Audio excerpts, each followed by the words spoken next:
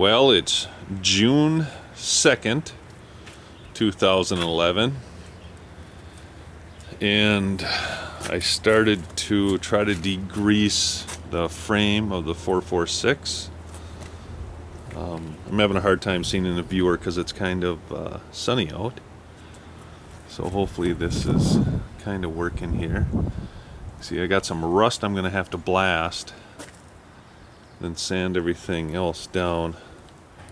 It was kind of hard degreasing this. What I did first was I hit it with just a little electric power wash. I think it's like a 1600 psi power wash, but I used this purple cleaner, and that got a lot of the big chunks off. And then I hosed it down with Engine Bright and waited about a half hour, and then I sprayed it off again with the power washer and copious amounts of water. And then you still have that kind of greasy feeling on it. There was two things that I found worked real well. Brake Clean worked really well, but that would be kind of expensive to wipe down the whole thing with Brake Clean. So I had this can of Coleman fuel in the garage, and it works extremely well, and that's going to be the cheapest route to degrease everything. I think that's about $7 a gallon. So that's kind of a fair price, and literally just with paper towels and wiping it down, and it flash dries so quick, and it doesn't leave any residue of that. It's really prepping the metal kind of nice for sanding. I'm probably gonna, I don't know how this is in a sticker here, and I don't know how that's gonna come off, and I got some glue here on the steering column. I don't know if I'm gonna have to blast that or not. As I say, I got some metal, some rust on the metal on the inside that's definitely gonna have to be sandblasted. So I got everything apart.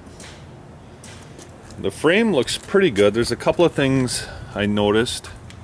The engine mount holes in the rear here must have come loose, and they're a little oblonged. Nothing I'm overly concerned about. Sometimes the metal will get thin in here if these are loose, and it'll vibrate and it'll crack, but I don't have any cracks or anything.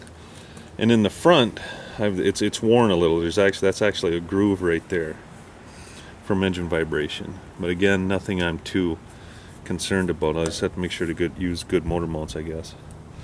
So other than that, everything looked good. They had some kind of auxiliary switch in the dash here below the hour meter, which somebody installed, and if you look at it, it's slightly crooked. I'm going to put a new one in, but that doesn't bother me enough to fix. I am probably going to fill this hole in though. I don't know if I'm going to have to. I got a little MIG welder. I don't know if I'm going to patch that with something, or I hate to use regular body filler, but I think I've got a couple of tubes of JB Weld in there. I literally could probably put JB Weld there and sand it smooth. So as I say, I'll put a new hour. This hour meter has 506 hours on it, but I'll put a new hour meter on it, and I'll probably fill in that hole. And I plan on putting an electric PTO on this, so I don't have to rebuild the clutch mechanism. So I think an electric PTO is the way to go. So I'll probably also fill in that hole while I'm at it.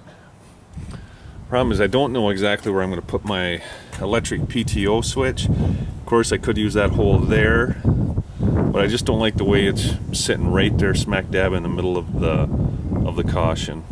So, other than that, everything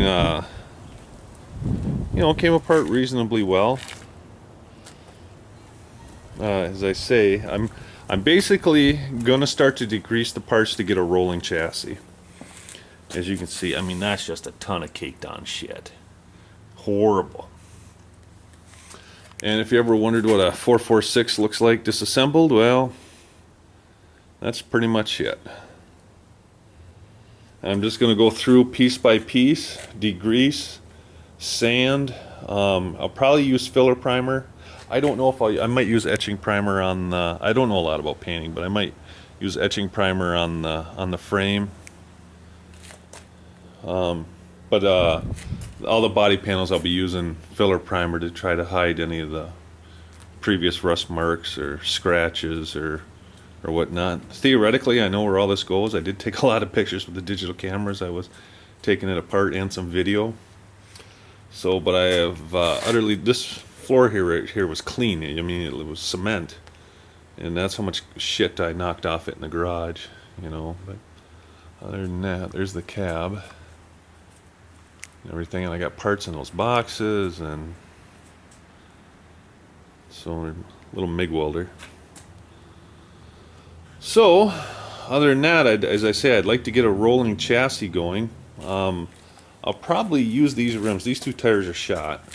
But I'll probably blast out these rims. I'll probably take those tires off, blast those rims out, paint it, and I'll probably buy 2 brand new front tires. Even though the tires, it's a turf type tire on these, and these are good tires here. But I'll probably go with something like, actually these tires aren't bad here, but maybe something with a more aggressive traditional tractor type tread. I don't know, F2s, F4s, I'm not exactly sure what they are. So I'll probably do that. So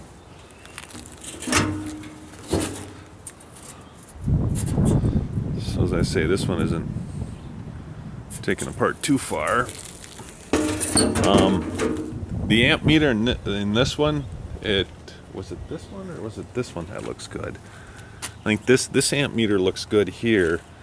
I'm gonna have to test it, see if it works. Actually, this whole frame's in pretty good shape here. So, but it's slowly coming along. Going fishing for the rest of the day, so I'm gonna call it quits. But I'll start to get this sanded and primed, and we'll see how she looks. The one thing I do need to find, I'm gonna have to get on the internet, unless somebody knows a good area where to get trim.